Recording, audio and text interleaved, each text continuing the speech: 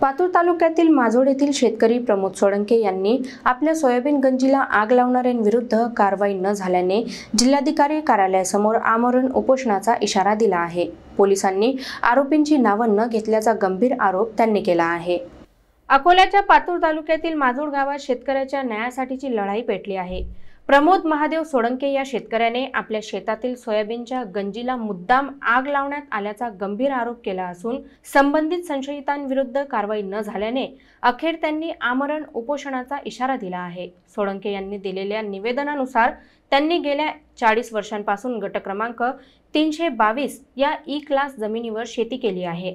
यंदा सोयाबीन पीक तयार झालं होतं, मात्र 14 ऑक्टोबर रोजी सायंकाळी अनिल म्हैसने, गणेश निंबेकर, मोहन काळे, विलास पुंडे, रामभाऊ पुंडे, सुनील भड आणि गजानन लहुडकार या 7 जणांनी मिळून त्यांच्या गंजीला आग लावल्याचं त्यांनी सांगितलं आहे। या घटनेची तक्रार पातूर पोलीस ठाण्यात दिल्यानंतरही पोलिसांनी आरोपींची नावं न घेता अज्ञात इसमांविरुद्ध गुन्हा दाखल केल्याचा गंभीर आरोप त्यांनी केला आहे। ते अनुसूचित जमातीचे असल्यामुळे सामाजिक भेदभावाचा मुद्दाही त्यांनी उपस्थित केला आहे। सोळंके यांनी नुकसानीचा पंचनामा करून आरोपींवर तातडीने गुन्हा दाखल करावा, अन्यथा 28 ऑक्टोबर पासून जिल्हाधिकारी कार्यालयासमोर आमरण उपोषणास बसणार असल्याचा इशारा दिला आहे। या घटनेमुळे स्थानिक प्रशासन आणि पोलीस यंत्रणेवर प्रश्नचिन्ह उपस्थित झाले आहेत।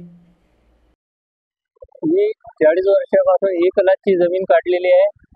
मागील वर्षी गावातल्या लोकांनी बकऱ्या ढोरं चारल्या, यावर्षी बकऱ्या ढोरं न चारता सोंगणी केलेल्या गंजीला त्याच लोकांनी आग लावली आहे।